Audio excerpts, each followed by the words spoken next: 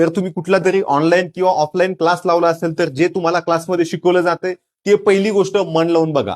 जमत नसेल तर सोडून द्या. ऑनलाईन असेल ऑफलाईन असेल पैसे जाऊ द्या, परंतु पैसे गेलेत म्हणून अजून वेळ व्हायला घालू नका. लेक्चर बघताना मन लावून बघा आणि लेक्चर बघितल्यानंतर संबंधित घटक हा तुमच्या जवळच्या पुस्तकातून वाचा.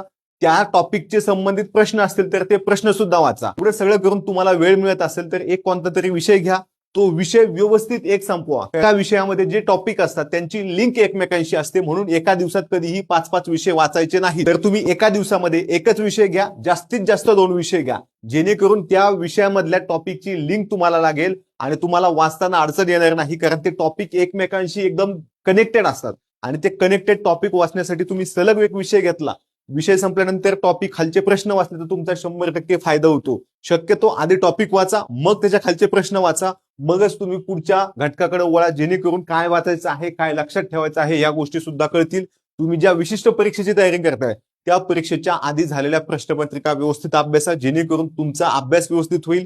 कसा पॅटर्न आहे, काठिण्य पातळी किती आहे हे सुद्धा कळेल. जगातली कोणतीही परीक्षा असू द्या, अशाच पद्धतीने अभ्यास करायचा असतो आणि अशाच पद्धतीने यश येतं. फक्त तुमचं सातत्य असलं पाहिजे, जेणेकरून येणाऱ्या परीक्षेतच तुम्हाला सक्सेस मिळेल.